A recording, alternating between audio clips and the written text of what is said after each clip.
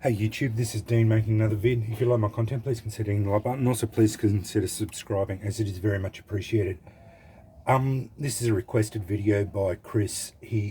One of my subscribers, asked how I process fatwood. Well, it's no secret, and it's pretty usual fare. I just cut some curls and then usually use the back of my knife as and scrape some dust off. So it's just a matter of doing some curls.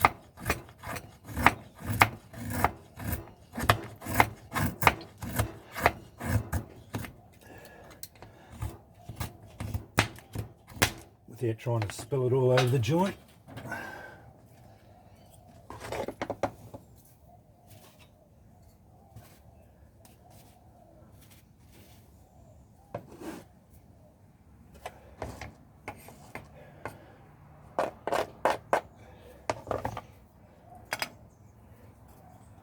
And then I just do get a flat spot.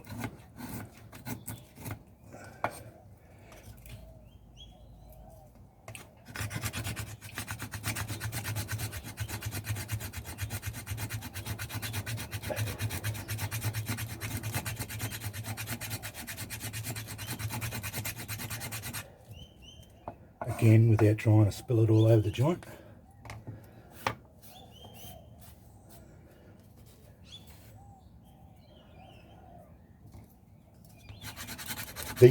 That fluff is what really takes a spark. That's not a bad bit actually. As you see, as you're processing it down, that gold bit there is the good stuff.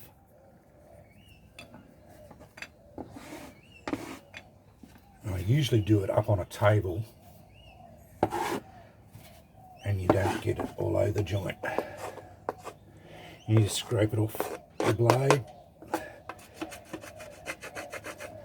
I usually use this SRK. I've been using it a fair bit for this, and it's quite good at it.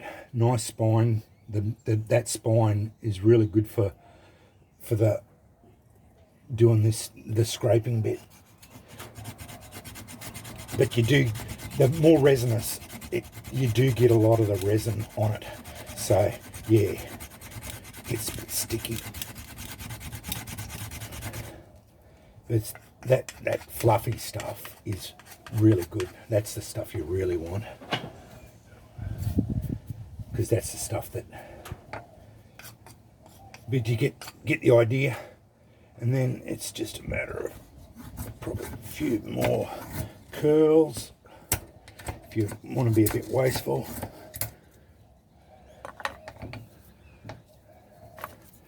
Clean your blade off. Get it all in a pile. Actually, what I'll do,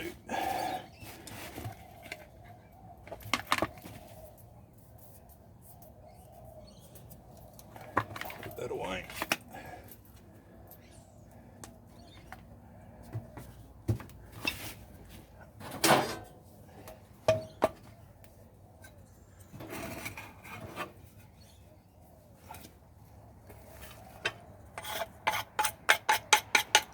As you saw, that was about a third of that stick, and as you see, it's got some nice resin. It's a nice stick, and that made that nice little pile there. Curls and the fluffy bit, and then you just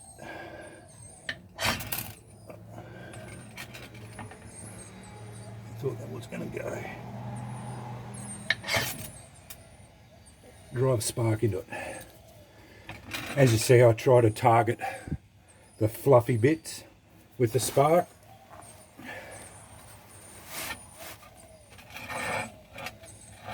And away it goes. It's as simple as that. As I said, it's I don't do anything different to anyone else. And as you can see, the nice black stuff, that's that really nice resin. Had some really nice resin. I picked a nice piece out of it. And that's how I process my fatwood.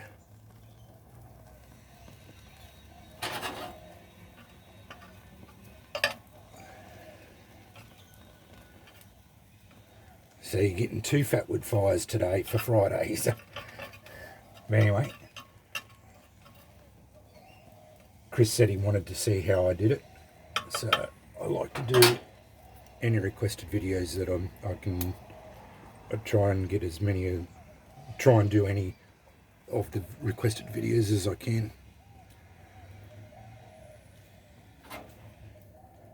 Spread it out. May as well finish it off. Let it burn out.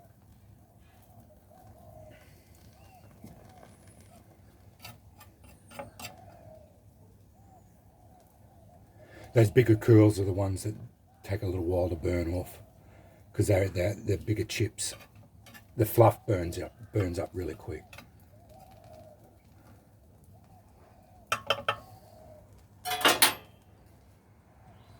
But as you see, you don't need a lot of this stuff. It burns hot, and yeah, they recommend on the packets 2 sticks. Unless it was pouring down rain, I don't think you don't need more than, like you saw how I think it was about that long when I started out.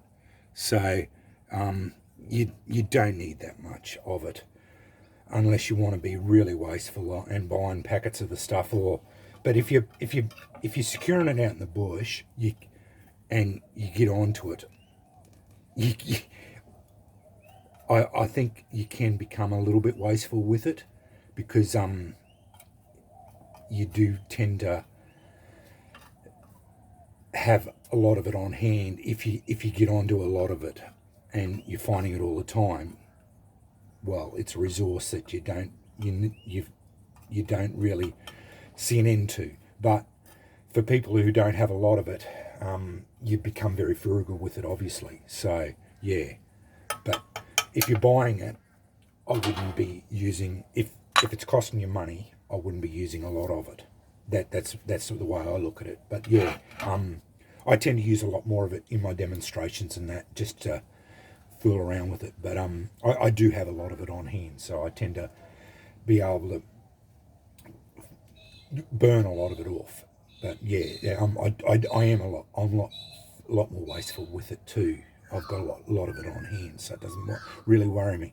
But anyway, that was a requested one for Chris. He just wanted to see how I process it, and it's pretty easy. Just cut curls off it, and then back of your knife, do scrapings, just because that fuzz is really what you really want for your ferro rods, and target your ferro rod onto the fuzz, because that's what's going to catch the spark really easy. And you'll see when I'm doing my strikes, that's where I'm targeting it. I'll go straight for the fuzz, and you'll see one strike, quite often that glob will hit the fuzz, and it might look like it's not catching, and the glob will sit there for a couple of seconds, and then all of a sudden it'll go off, and it'll go straight away, and it'll catch in one strike usually, if you're getting good at it. And with practice, you'll find you'll be getting it in one strike, no dramas at all. But anyway, thanks for watching.